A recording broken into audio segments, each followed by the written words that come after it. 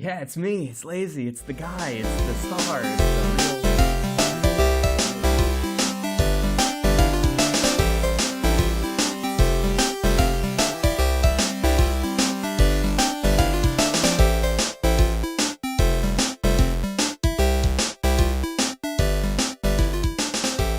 Good morning, afternoon, or evening, wherever and whenever you are. My name is Lazy Eye, and this is Object Podcast, a game dev show featuring members of the GameMaker community. I'm joined today by my co-hosts, Maseda and Seabass, and of course, Benjamin Anderson, better known to us all as Heartbeast. Hey! A developer, teacher, husband, and father, Heartbeast is known far and wide not just for his ever-popular tutorials on YouTube, but also his work in teaching with Udemy courses, a book, and his Patreon. His influence on new developers in the GameMaker scene cannot be understated. This is now true of the Godot community as well, as Ben is not only creating tutorials for Godot, but he is also developing a game in it as well, titled Endhall. Ben, it's our pleasure to have you onto the show. Thank you. Pleasure to be here.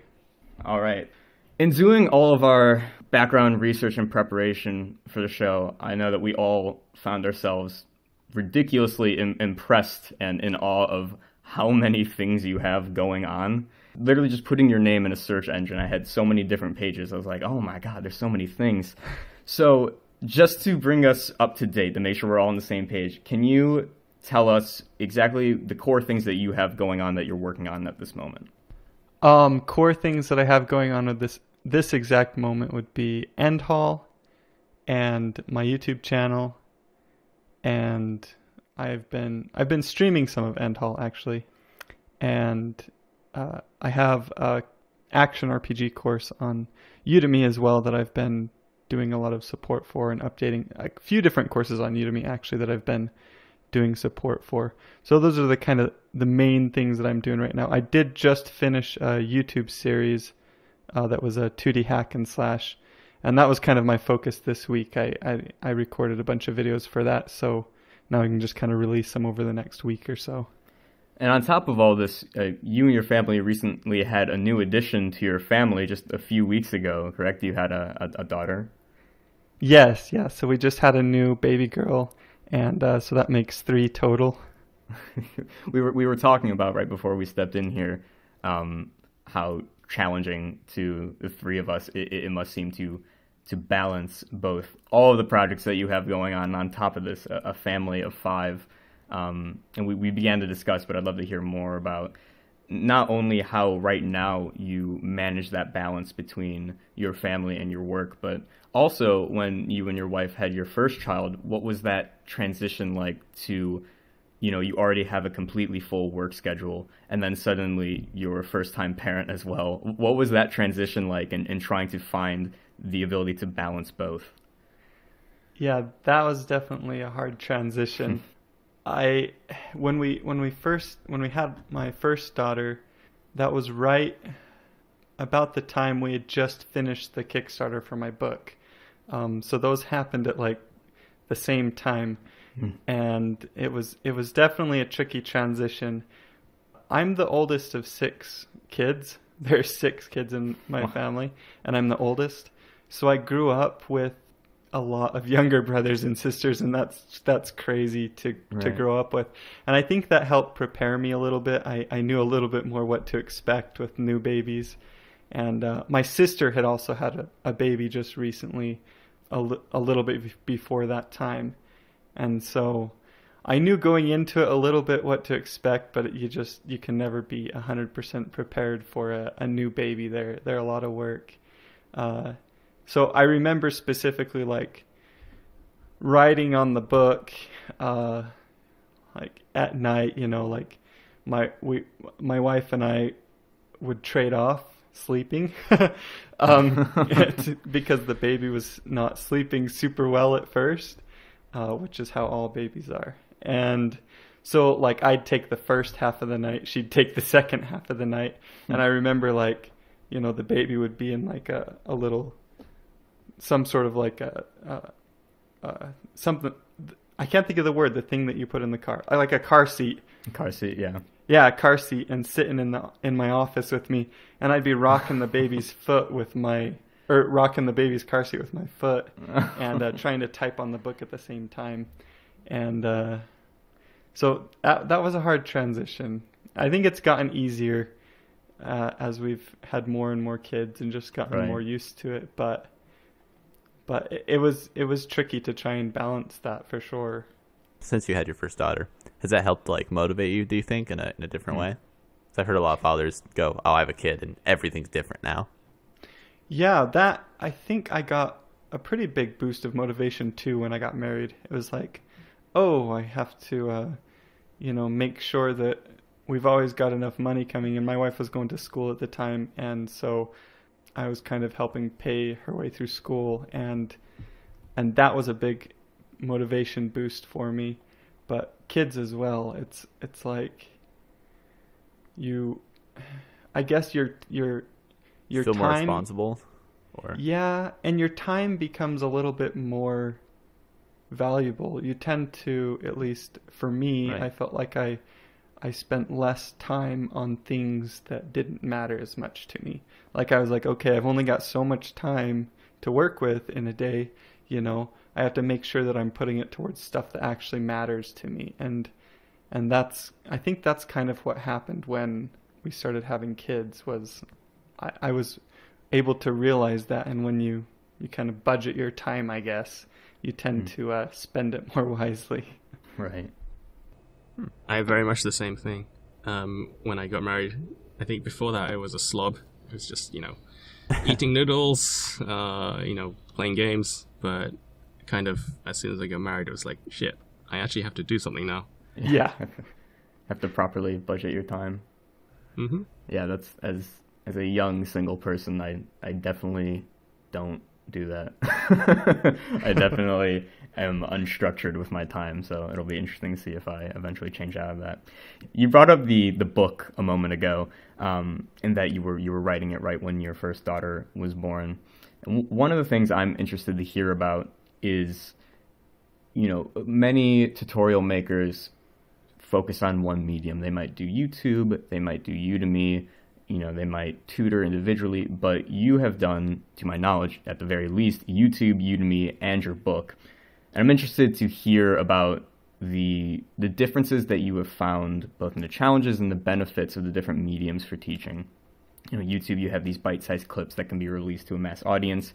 Udemy, you have these carefully catered courses that can be given to like a set group of students. And then the book is like this ultimate culmination of knowledge that like once it's out there, it's forever released.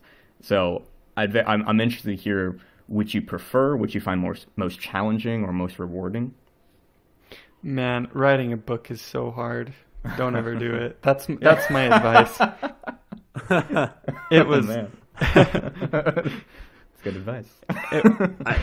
We were going to ask if you were ever going to release a GMS2 version of your book. I'm currently crossing off that question. Yeah, I have considered if I ever did redo my book for GameMaker Studio 2, I would probably make it free online, because I guess maybe kind of like open source, because then I could get a lot more feedback from other people, have other people contribute to it, and that's kind of my thoughts around it. The reason books are so hard, I think, is because, just technical writing a book is hard in itself. My book ended up being somewhere around 40,000 words, which is like novel length, and it's a technical book, so I paid a professional editor to help me go through it and stuff, and I'm proud of how it turned out for my abilities at the time. But looking back on it now, I'm always like a little bit, I don't really recommend it to people anymore as much. Well, it's also just such a pain, the physical publication process. There's so many different things within it to deal with. My mother's an author, and a lot of the times it seemed like the majority of the work isn't even in creating the content. It's just jumping through all the hoops required to get a book properly distributed and published in physical form. Yeah.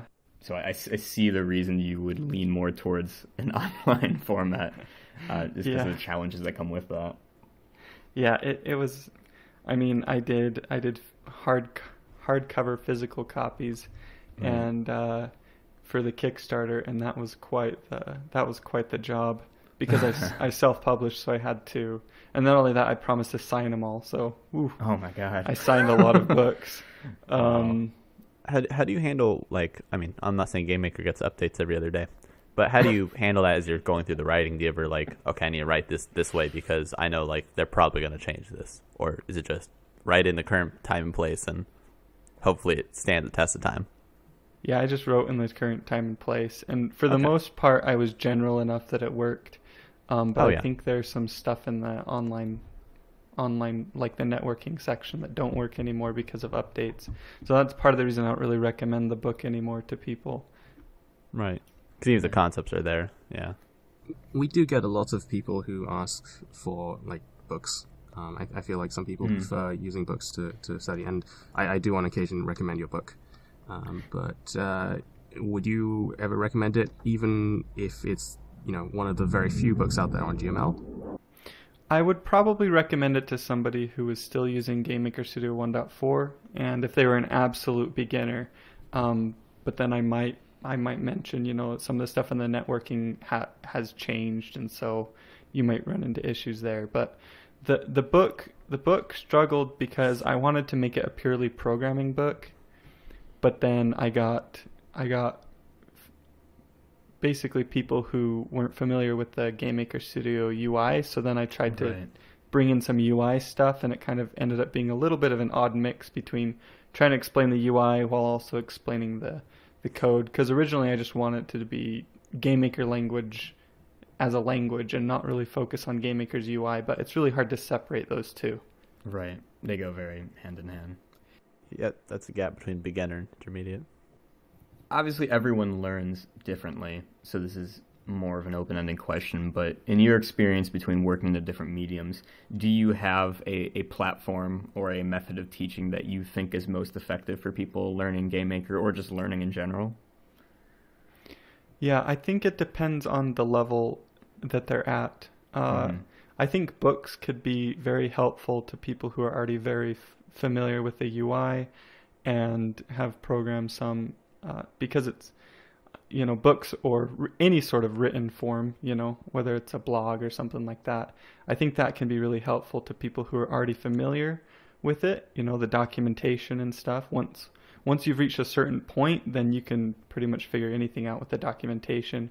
But it's that very beginner level where I think videos are very helpful to people. It not only gets them excited, it not only helps them to learn GameMaker, but it gets them excited about GameMaker. And that's one of the things that that I feel like is kind of one of my focuses on YouTube, is not always 100% to give them the very best way to do something, but to get them excited about making games. And they'll look up the other stuff on their own. They'll get to the point where they can start to figure out stuff on their own. And I think that's what my answer would be for beginners. I think video content is really good, and then after that, it could be anywhere. They can start to learn from multiple different places. I'm fascinated now. How does the infamous Heartbeast learn things? I was just about to ask that, because I was going to tie in, you've started working in Godot now, and I was going to ask what worked best for you to switch into that, because you obviously have a ton of experience over on GameMaker. But in my brief experiences taking peeks at other engines, I immediately get just like turned off. I'm like, oh, my knowledge does not immediately convert here. It's really frustrating. What was that process of learning like for you in Godot, and was it challenging at first, or did you find methods that really worked for you to make it click right away? I think, well, I've been learning Godot for like 2 years now, just off and on, kind of on the side. Okay. And I started, I think mainly with tutorials from like Game From Scratch. He has some blogs and some video tutorials, and I started kind of with his video tutorials and referencing his blogs to kind of get the basics of, I think getting the basics of the engine UI and the workflow for the engine are really important as like a first step, because programming is I mean, once you've learned one programming language, they become pretty similar as you switch around. And so programming wasn't too hard for me. It was kind of getting used to the Godot way of doing things that was hard for me. But once I got that down, I was able to I mainly use the documentation now, and that seems to work pretty well. So mainly it was video tutorials and a few blog posts that got me started with it, and then now I mainly use the documentation. I do always read the documentation. I remember when I first started learning GameMaker, I was like 15 or 16. It was GameMaker 5 at the time, and I printed off the documentation and tried to read the whole thing. And at the time, I didn't understand programming at all, so like 80% of it didn't make any sense to me. You know, I had a really hard time with it, but I still think it's useful. I definitely think people should always go through the documentation, even if they don't understand it at first, because you're going to start to get context, and then you'll go back to it and be like, oh yeah, that makes sense now, you know? Context is really important in learning, so getting as much as you can really quickly is good. Yeah. Yeah, it's the reducing the unknown unknowns. Yeah. Like if you don't know that it exists, you can't look it up. But if you sort of, in the back of your mind, remember that you saw something about this somewhere, it becomes infinitely easier to just go Google it or, look through the manual, see if you find it again. And I think that's a lot of what learning is about. You do that at school as well. School doesn't try to teach you every single fact. It just teaches you that there is this fact out there for you to go look up later if you need it. Yeah.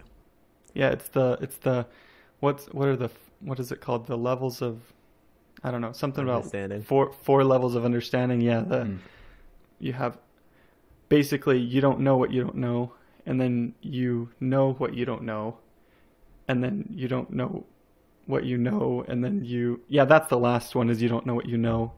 Basically, if you're playing the piano, you've learned this song finally, you're at the last stage, you probably can't tell somebody what the next note is, but your finger knows it. It's unconscious competence, and that's the final level. But at first, you're unconsciously incompetent. You don't even know what you don't know.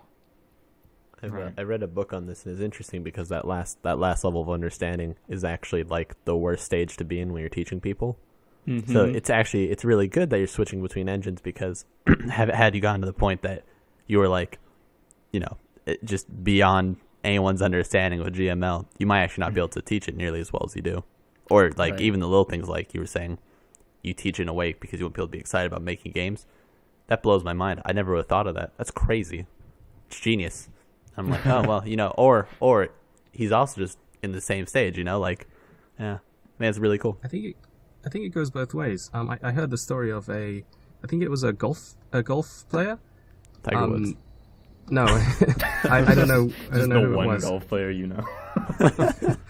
But apparently he was quite good, and then he wrote a book about how he does his methods and stuff. And after he wrote the book, he got worse, because I think he possibly overanalyzed sort of what he was doing rather than doing it intuitively. It could go the other way. That's interesting. Yeah, that's interesting. I was actually going to ask, Godot has support for multiple languages. Ben, you can correct me here. I believe it has Godot script, which is based on Python, and it also has C# support. Am I right? Am I completely wrong? Mm-hmm. That's correct. Okay. And then they have GD native, which lets you use C++ too if you want. Interesting. Wow. So, which do you use? I use GD script, or Godot script, whatever. They just introduced optional typing, and so like my main thing that I would want with C# would be typing, strict typing. But in GD script, in the new update, they introduced optional typing, which is really cool, I think, because then beginners can start to program without using typing. But then as you get more and more advanced, you can start implementing it to help keep your code just a little bit cleaner. To clarify for those of us that only use GameMaker, typing, you're referring to data types, correct? Like having to define something as a float.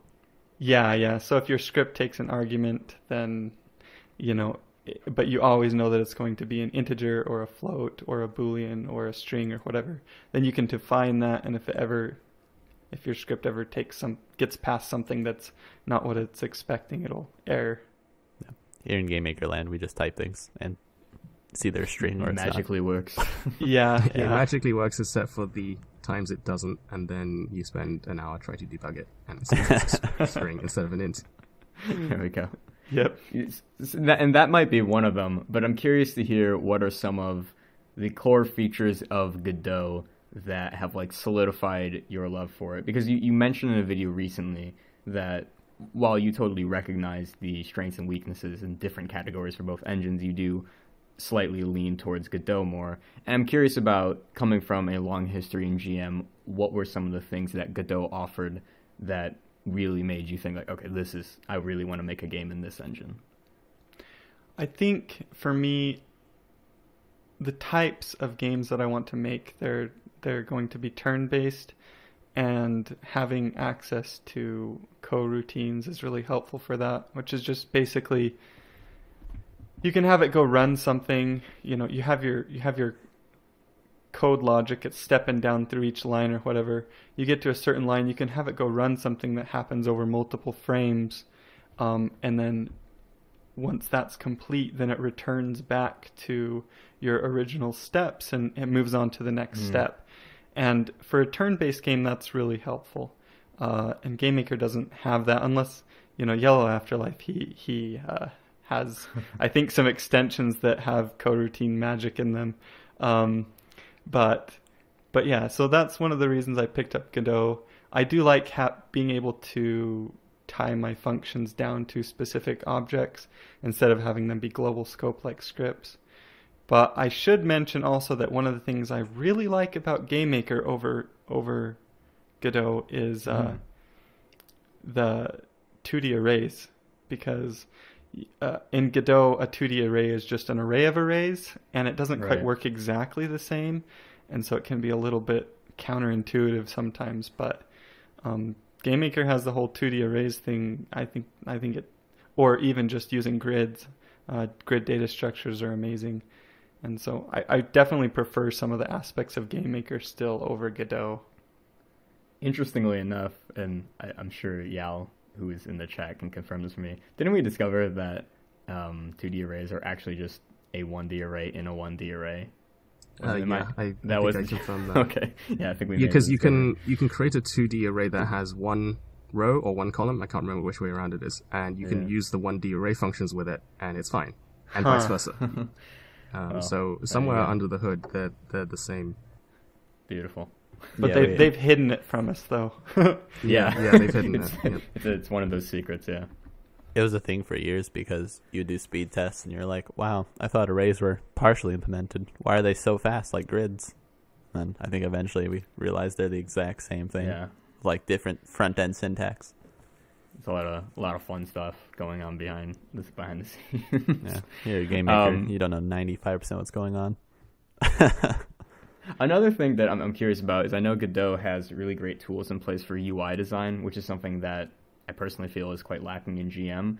What is the work? I mean, can you explain what the workflow for their UI tools is like? Is there like an editor, like a visual editor that you get to use to help assist with that rather than inputting coordinates over and over again? Yep. Yeah. So Wow. Yeah. they use basically in Godot, they're scenes, which are kind of like rooms in GameMaker, and they're also kind of like objects at the same time. It's a little weird, but you have your scene, and you can bring in your UI nodes into that scene and place them visually where you want to and see them immediately. And then there's a lot of they've done a lot of the input handling stuff for you already as well. So, not being able to click on an object that's underneath another object or something like that, which you kind of have to write your own stuff in GameMaker for that. The limitation of that is that it's a little bit trickier to get kind of your own. I mean, you can theme it all and make it look how you want, but it can be a little bit trickier to implement your own. If there's anything kind of extra fancy that you want to do with the UI, it can sometimes, in some cases, take a little longer. But whereas in GameMaker, if you already have your UI system written, if you've already done all the hard work yourself, it's not that it allows more customization, it's just that you start out having to customize it, and so that can be easier sometimes. You're not working backwards to work around something. Yeah, exactly. Yeah. It's a good way of That putting makes it. sense. Huh. So I'd like to hear more about Endhall, the current game you're working on, and especially, carrying all of the lessons you have solidified for yourself over the years in game development, and also lessons you learned when developing a previous game you worked on, Grain War. I'd love to hear about some of the things that both you learned from that experience in developing Grain War, and also concepts that you're learning or trying to learn right now that you think are helping you towards your development of Endhall, be it both in making it a good game and also in managing yourself to be more on top of it and to get things done in a better workflow for yourself. Okay, yeah. Let's start with Grain War and kind of the stuff that I learned with that. I saw Hyperlight Drifter, as I'm sure everybody did, which is an amazing game. If you haven't played it, you should. And I saw their Kickstarter, and it's actually what got me back into GameMaker, because I'd done GameMaker and when I was a teenager and stuff, and had a lot of fun with it. But then, kind of as I got older, I just kind of didn't do it as much. I kind of goofed off with it, but didn't really actually make anything. And then I saw Hyperlight Drifter, and I was like, "Whoa, you could make a living doing this," which is whatever they call that, survivorship bias or whatever. But I didn't know at the time, so I thought, this is something that I can do. I know how to do this. And so Grain War is very clearly inspired by Hyperlight Drifter. It's pretty obvious that it was inspired by it. And the thing that I didn't realize at the time is that I wasn't bringing anything new to the table. Hyperlight Drifter, Grain War is basically just another Hyperlight Drifter, at least originally in the original plans, and I wasn't really doing anything new with it that was going to be impactful to the genre, or do something to the genre that hadn't been done before that would bring people in. And I think as I got into, as people like to call it, development hell, the portion of your project where you just hate working on it, as I entered that part of the project, I realized that there was nothing that I was bringing to the table. And at the time, and it just wasn't, I guess it's hard to explain my feelings around it, but it wasn't, I didn't feel like I was contributing to the world in a meaningful way. And so then I lost motivation for the project. Motivation's not the right word. I lost desire for the project, because I think you can have desire to finish something and not be motivated.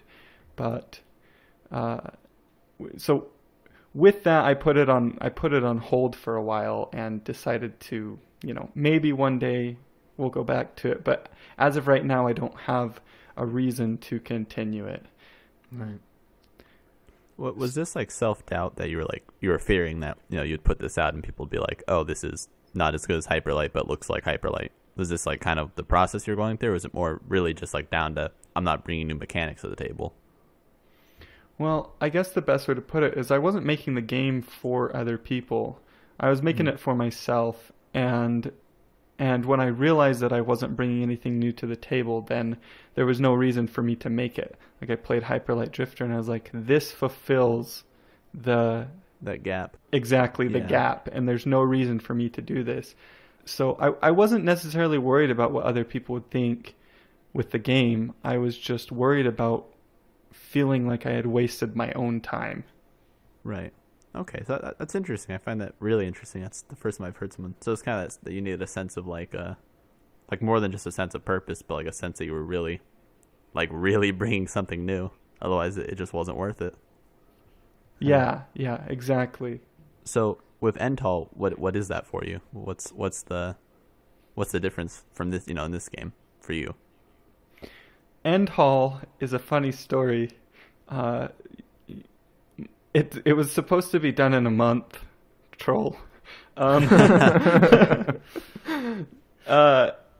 that's it was going to be a prototype. I had this other idea which has kind of morphed into something else at this point, but it was going to be a prototype for this other idea, and you could see that I was experimenting around with it a little bit before. I think it was the GameMaker Beta Jam, the GameMaker Studio 2 Beta Jam, where I made like a little turn-based wizard game.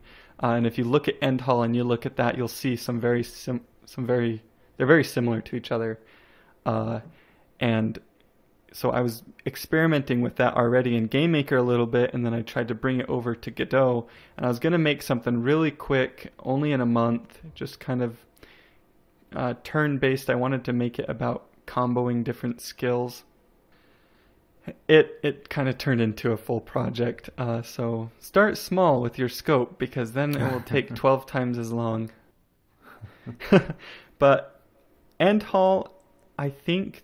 if I were to describe Endhall, like my elevator pitch would be, it's a chess but a roguelike. So every board position is kind of its own puzzle that you have to solve, and you have certain skills that you can combo, and there are better and worse ways to solve the puzzle.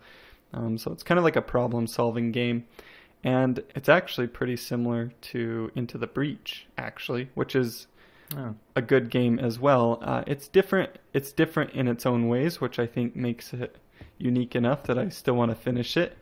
But I also don't feel like Endhall has the strongest hook to it. But I still feel like it's meaningful enough to me that I want to finish it. It still feels unique enough to me that I want to finish it.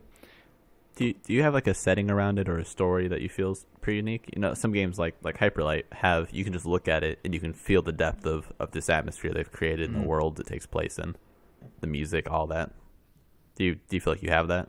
There's definitely backstory to Endhall, but it's not a story-driven game in any way, and so I try and implement the backstory into the visuals and the mechanics and stuff, but they're kind of hidden in there. It's not as upfront about it. I guess Hyperlight Drifter does that a lot too. They put their whole story kind of in the background. Yeah. It's not fed to you.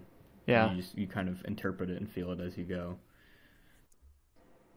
How far into the process do you feel you are with Endhall, and do you have your, I don't want to say finalized plans, but in terms of platforms and a release time frame and things like that, are you approaching that stage, or are you still pretty early in the process? I'm approaching that stage. I'm currently in alpha, but I'm almost in beta. Beta is going to has all the content, but might still have bugs. And so I'm getting close to a beta state, so that I can start cleaning up all the bugs and releasing. Planned release is Steam, maybe itch.io as well. And that's it for now.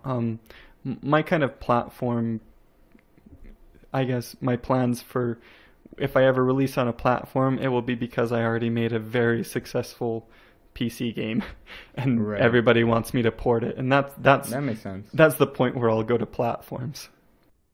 Do you know what the porting process is like in Godot? Because coming from GameMaker, my experience is that you click on the different platform and it pretty much just works when you hit compile. But I know that's not as easy as it is for other platforms. So do you know what platforms Godot is compatible with and what that porting process looks like?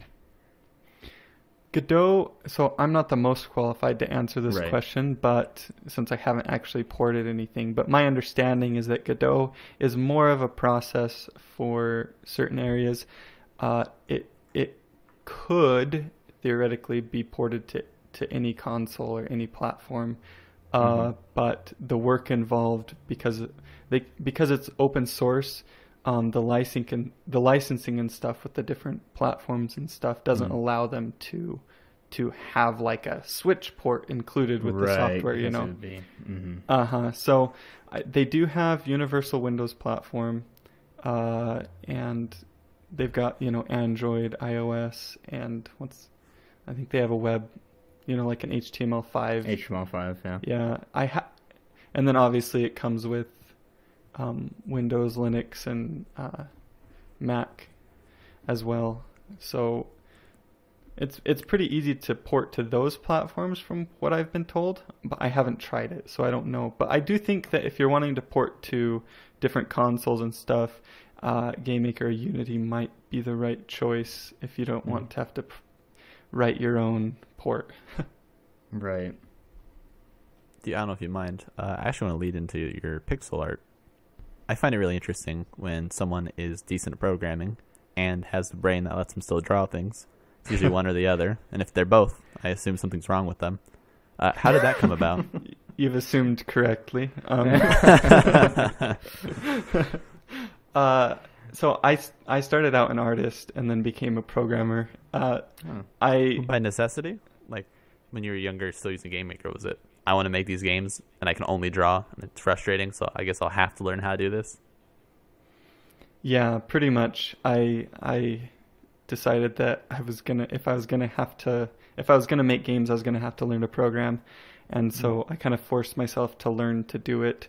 I think that's part of why GameMaker resonated so much with me. I think it does appeal more to artists in some ways because it's a little bit easier to just kind of immediately start doing stuff and see the results visually. Which is good for artists, I think. But yeah, I started drawing when I was like 3. I drew all the time. I've always been kind of like, I take my time with stuff, and so my mom they had to get tons and tons of paper for me because I would draw for hours and hours and hours. There was definitely a transition when I transitioned into pixel art. If you look at some of my first pixel art, it's not that great. But at that time that I was making that pixel art, I was already doing, pencil drawings that were pretty decent. And so there was a transition when I went into pixel art. But for the most part, I've always been an artist first, a programmer second. Has your art grown over the years, or are you about where you were, let's say 3 or 4 years ago? Pixel art wise, definitely, which I think affects other areas of art as well. But I don't do a lot of traditional art anymore.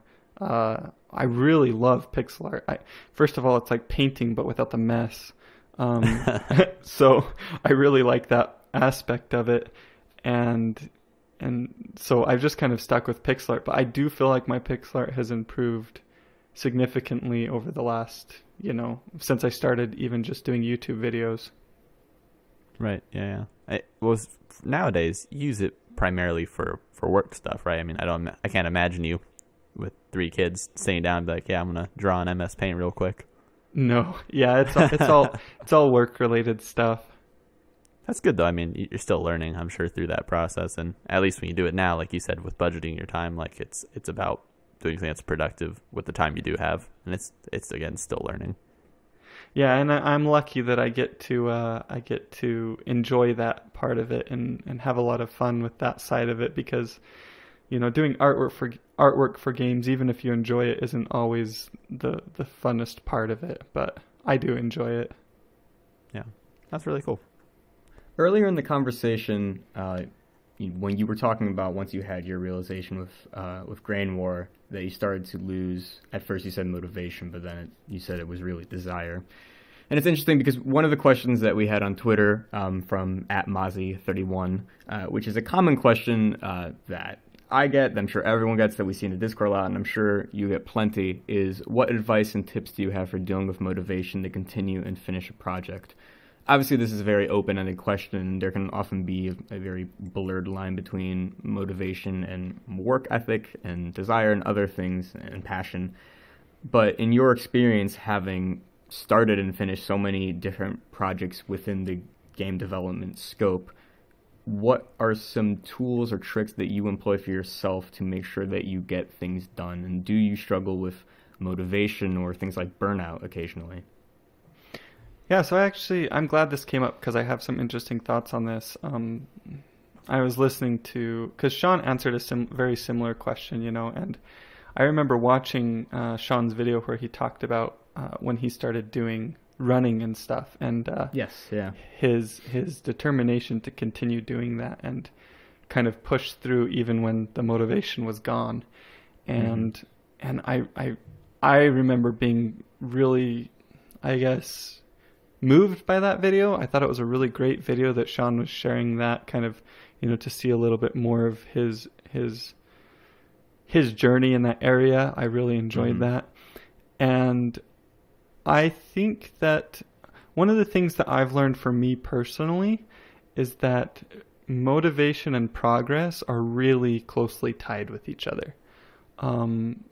And that has been a useful bit of information for me to realize about myself, because if I'm not feeling motivated about something, I know that if I go put in just a little bit of work and get something working on it, even if it's not a ton, then I will feel the motivation come back. I get excited about the project again. And I think it's kind of like, if you want to use like a visual metaphor for it, it's kind of like if you're on a bike or something and you come to a little bit of hill, you have to push yourself just a little bit to go up that hill. But then once you do go up that hill, once you make it to the top, there's a little bit of momentum that carries you down the other side, and you can kind of coast for a while. And you're going to run into another hill, but as long as you're always making progress, you're going to get areas of momentum, kind of the areas of motivation where you get excited about it again. And so I think there are a couple reasons that you might get demotivated or run into burnout. One of them is overworking yourself, which is kind of the obvious one. People work themselves too much. They give themselves too much to do, and you should take what you think you can do in the day and then plan on doing about 80% of that or half of it, depending on what kind of person you are. Some people expect themselves to be able to do more than others. I tend to be the kind of person that is pretty close to how much I could actually do. So I usually do about 80% of what I think I can get done. But my wife, for example, she's the opposite. She should take half of what she's planning to do and do that. So that's one way that you run into burnout. And then I think there are two more, which is that if you hit a wall, that basically if you don't have the knowledge to be able to progress on something, that will demotivate you. And then the other one is if you just don't do anything for a long time, that will demotivate you. So I recommend doing smaller segments.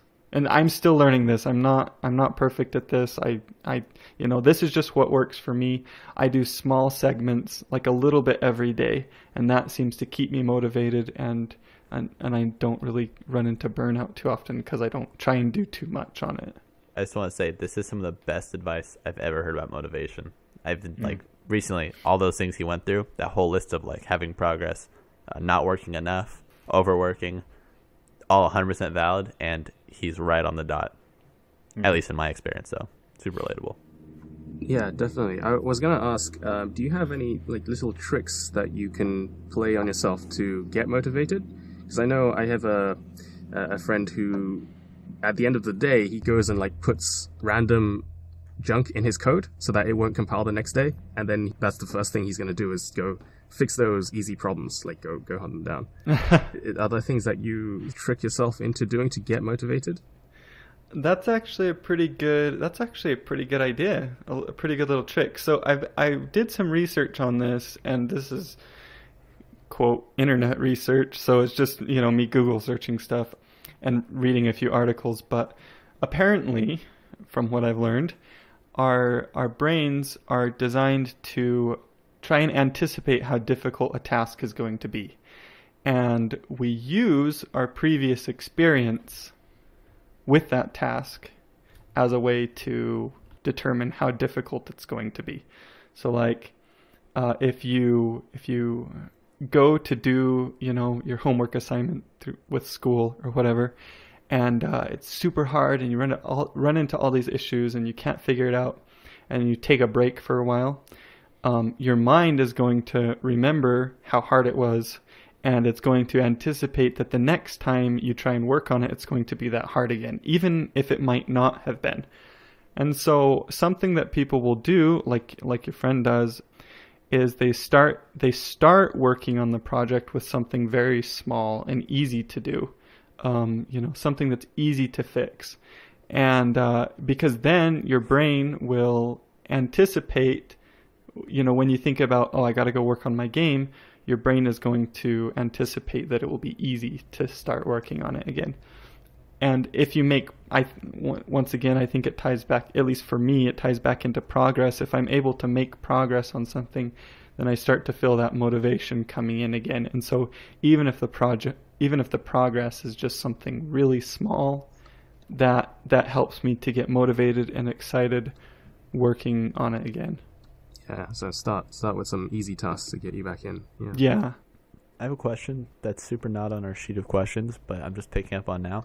You're a really good speaker, in that like you can definitely convey a thought really smoothly. Is that something you developed? Oh, of course. You make me feel bad about my delivery, so very jealous. Is this something you developed from YouTube and just consistently making content where you had to speak, or is this something you've like kind of always had? I think it's developed. I'm naturally more of an introvert, but I've just with making lots of content, and I don't know. It's now that you say that, I'm not going to be able to articulate my thoughts. Maybe it's like a confidence thing. Yeah, you cursed him. Yeah, you cursed me, but I definitely feel like it's developed over the years and not something that I was born with, and something that I've had to work on. I took public speaking in college and stuff and worked on it, but I still have a lot to learn about it, I think, and I still get nervous and I still run into those issues that everybody kinds of runs into. So, but I really appreciate the compliment. That makes me happy because I've put in a lot of work. So I'm glad to see that it's paying off at least somewhat. Yeah, no, it definitely shows. Thanks. So we're approaching the 50-minute mark, so I want to make sure that we get some audience questions in. This first one was also asked by Sam and Grog in the chat, but was originally asked by Hopfrog on Twitter, which says, why have you decided to go into the teaching side of things more than the classic solo game dev stuff? Do you have any advice for wannabe GM teachers? I love when new teachers come up. I think we need more tutorial content than we have in pretty much the more the better, in my opinion. I think the newer generation is spending a lot more time learning through the internet, and I think that's a great thing for the most part. And so the more tutorial content, the better. I don't know that I have a lot of advice. If you're making tutorial videos and you want, I definitely am always willing to kind of signal boost people's stuff and share on my Twitter and share tutorial content around, because I think the more the better. As for the first question, I started with tutorial videos as a way to market my game, and then realized that I really liked doing tutorial videos, and it kind of turned into that, and realized I felt like I had something there that if we go back to contributing in a meaningful way, I felt like I could contribute in a meaningful way to the GameMaker community through tutorial videos and my book and my courses and stuff like that. And so that really got me excited about it, and it's been helpful. I've learned a lot over the years. You learn a lot as a teacher because your work is public. People come in and they're like, this was stupid. Why would you do it that way? You're like, oh, they're right. And so I think it's a great learning experience to do that. I guess my advice would be, well, I still haven't answered the first question, but I started doing it as a way to market my game, and then kind of enjoyed just doing it, so I kind of stuck with it. And now, as we've talked about, I'm going to transition a little bit back more into making games. But I guess I do have one piece of advice, which is don't wait until your stuff is perfect to show it to people, because then you'll never show anybody anything. So if you want to make tutorial videos and you're worried about having the perfect microphone and having the perfect this and making all of your code perfect, you shouldn't worry about that. You should, I mean, you want to maybe get someone to look over your code, but that can be helpful, as I've learned. But I definitely think you should, I think you should put stuff out there and get feedback from people online and then adjust accordingly, but don't wait forever. I see too many people who want their tutorials to be perfect, like, I mean, Sean Spalding, he makes some really good tutorials. His editing, everything is excellent. And so I think people feel like they have to do something like that first, like, in order to contribute. But I don't think you do. I think you should start and then get feedback and learn and get better as you go. We have another question that comes from @Maita Mayoso. I hope I said that right. Who asks, what do you want to know currently that you do not? That's a good question. There's a lot. There's a lot of things that I want to know that I don't.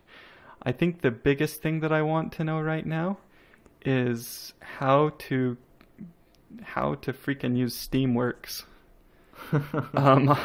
I have gone through their tutorials and stuff for how to use Steamworks and get your game on Steam so many times, and I've got it working, but then I always mess something up and then it stops working, and oh my goodness, I hate that software. But another one would probably be online. I wish I knew more about online multiplayer, like networking stuff. We have another question coming from the chat, this time from Ariak, whose question is, how comfortable are you hearing your own voice and recording now? Which is a question I can definitely relate to, because I have always hated hearing my voice and recording. It just sounds very different to me than what it sounds like in real life. And listening back to the podcast is like, oh my God. Is that something that you've ever experienced and you've grown out of, or is it still true? Yeah, I experienced it when I first started recording. Now I think I'm way too comfortable listening to my own voice. Like, it just sounds like, I don't know. I'm so used to it now that I don't even think about that anymore. But it's kind of weird, because I do remember how it was when I first started recording. We have another question coming from @Thiago_Camisa1. Which reads, how did you know that you had the necessary skills to start making a commercial game? That's a good question. I like that question. I think people, when they first start making games, obviously it goes back into, you don't know what you don't know, right? That's the first phase that people are in, and getting context and seeing a whole bunch of different things as quickly as possible helps you to figure out what you don't know yet. And that's, as you start to do that, you'll start to make your own small projects. I don't think people should start with full-on games, when they reach that point. I think they should start with small little projects. Because for me, I built up over the years with GameMaker, I would learn some things, and then I would make a game using the information that I learned, that I knew, that I understood, and then kind of build on that a little bit at a time. So my games got more and more difficult and more complicated. And it's interesting, because some people come up with really creative solutions to problems, and they're definitely not the most optimal way to do it, but they come up with very creative solutions to problems because they're using the information that they know how to do something. How can I take those pieces of information and make something with it? And so I little by little built up to that point. So, I mean, it depends on what you what you say a full game is, like what a full-sized game is. But my first games, I consider them full games, even though they were small games, and it's just, you have enough knowledge that you can build something with it. Even if it doesn't have every feature, you want an inventory system. How can you make an inventory system without understanding 2D arrays and grids? You know what I mean? Yeah. People do that, and they take the knowledge that they currently have and they find a solution and make something with it. And I think that's a good way to learn, and you push your limits.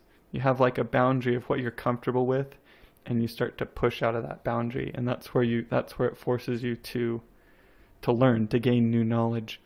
I think that's a great way of looking at it. Yeah. I'd love to hear a bit about your experience in the comment section of your videos. Sushi asked in the chat, What do you think about the comment sections in your YouTube videos? Do you think that people are mean, ignorant, or just naive about the content? I've noticed a lot of people are very demanding in the comments section and never seem to take the time to learn how to fix their issue. So how do you go about handling the comment section and the community? Yeah, I think there's a very vocal minority. I have, for the most part, my comment section has been just everything but nice. But you never notice the nice ones, right? You always notice the ones who come off a little harsh at first. I think everyone has bad days, and I see that, I see when people get frustrated. And I just answered a comment actually the other day on one of my Godot videos, where somebody was obviously frustrated and they were taking it out on me. And I kind of called them out on it. Sometimes I'll do that, which I've gotten better at as I've gotten older, because when I was younger, I would just kind of roll over. But I kind of called them out on it, and I was like, I know you're frustrated. I'm a programmer. Programming is frustrating, but it's not really fair to take it out on me. And they said they basically at that point they're like, yeah, you're right, and then we were able to work through it, and they continued watching the series, and now they like my videos as far as I can tell, and I've been answering their other questions on other videos and stuff. And so I think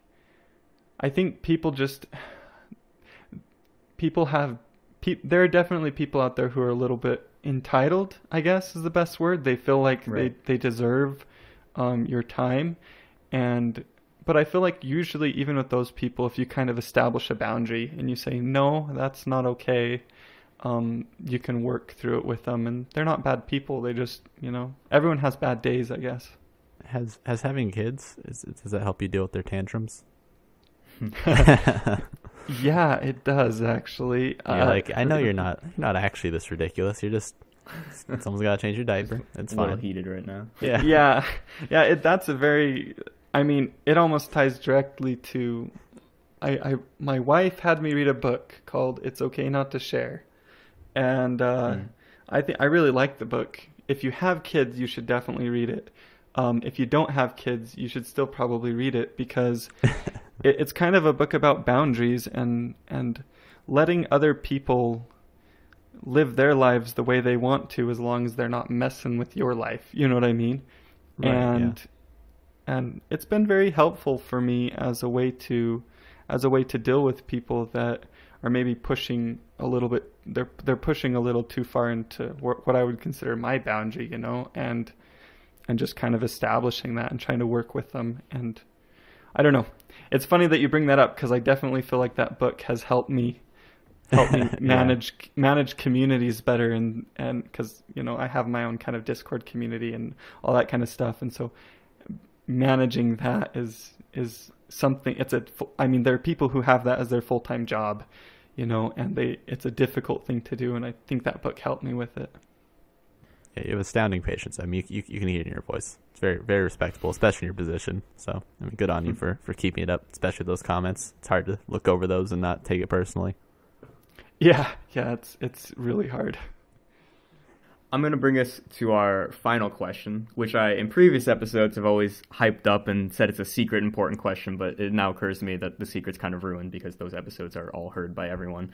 But regardless, Macedo, would you like to ask our final question?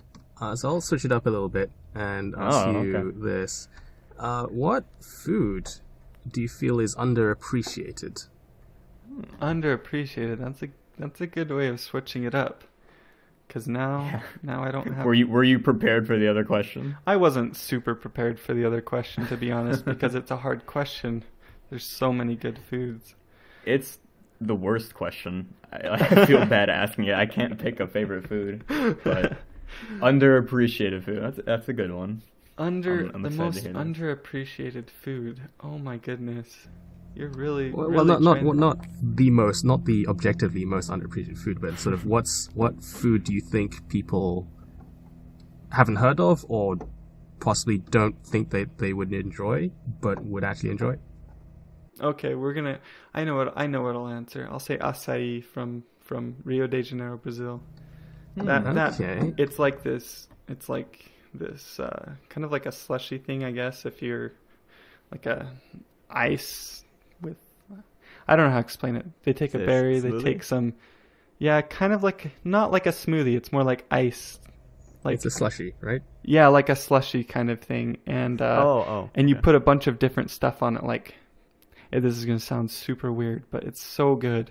You put like sprinkles on it and different kinds of cereals and like it's kind of like some sort of peanut butter powder stuff. I don't know how to explain it. And oh my goodness, I love it. It's so good. And I obviously the Brazilians who are in the chat who have tried it will probably enjoy it, but I think the rest of the world should be able to enjoy it as well. And so I guess it's under not very well known. It's maybe not underappreciated because it's appreciated in Brazil, but not as well known. Do you know of anywhere that outside Brazil that sells or prepares such a thing? I haven't been able to find any here in the US, so I don't know. Oh, interesting. So, everyone who wants to try some, book your ticket to Brazil. Yeah, 5 tickets now.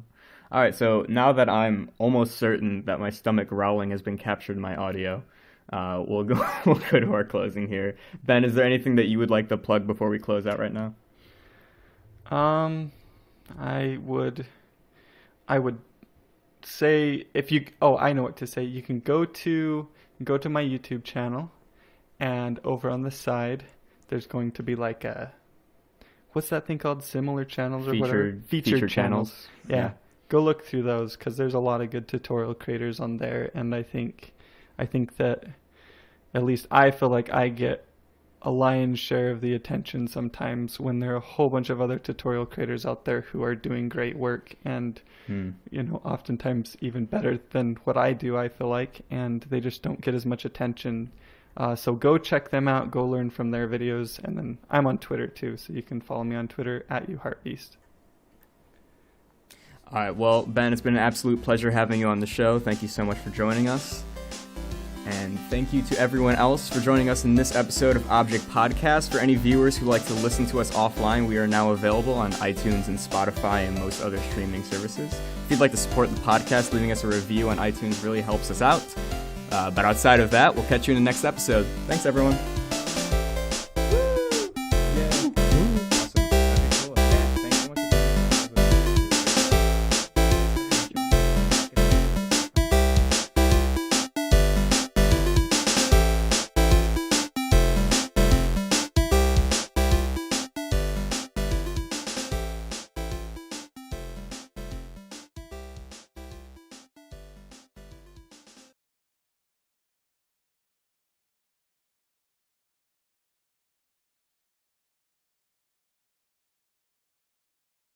Can I ask you one question before you go? Off the record. Yeah.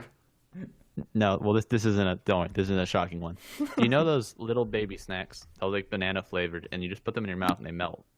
Yeah, I do. How many of those have you eaten? Honest to God. Oh my goodness. A lot, right? An exact number.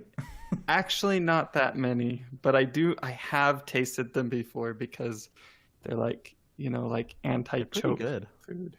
They are I was pretty really good. hoping you were going to say those were your underappreciated food. I was really hoping. My daughter would say cat food because she always tries to get into my parents' cat food and eat it. Oh, oh my goodness. Why do kids do that? But you know what? She also eats dirt. Like, my roommate ate dirt when he was a baby. Kids are so weird. Oh, my so goodness.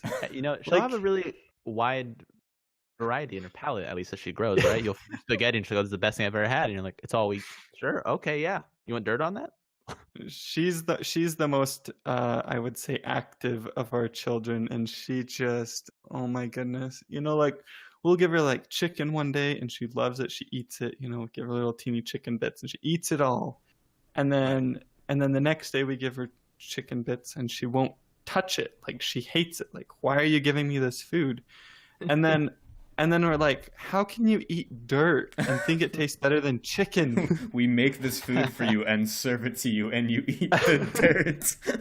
Exactly. My cat used to do that. And, you know, my cat would just get bored of the food, and then you'd have to switch it out for a different brand, and then he'd be fine for a while, and then he'd stop eating it, demand something different. Yeah, Sam. Wow. Well, I don't know. Maybe my cooking just changes every day. Your daughter, send this back to the kitchen. I demand a refund. Wait, real quick, Yeah. real quick, Naseda, did you say that you parked underneath an air show? Yeah. I don't know what's going on, but there's like helicopters, jets, and like they're flying formation overhead. So what you're telling me is either there's an air show or the UK is going to war right now, and it's one of the two. Yeah, I recording in my car again. So Who was it that said he was landing a spaceship? That was me. I think there was a Chinook overhead. Yeah, there was a little bit of background noise, just a touch. I'll probably re-record that and cut it out. No, it's fine. No, it's part of the charm, really. Every episode you have to be in some obscure location. I didn't even notice in the other episodes. His editing is good. Post editing, yeah, I edit everything out. The editing is That point in I think the first the Sean Spalding episode where I got kicked out of the shed and then I had to go to the kitchen and it was really echoey.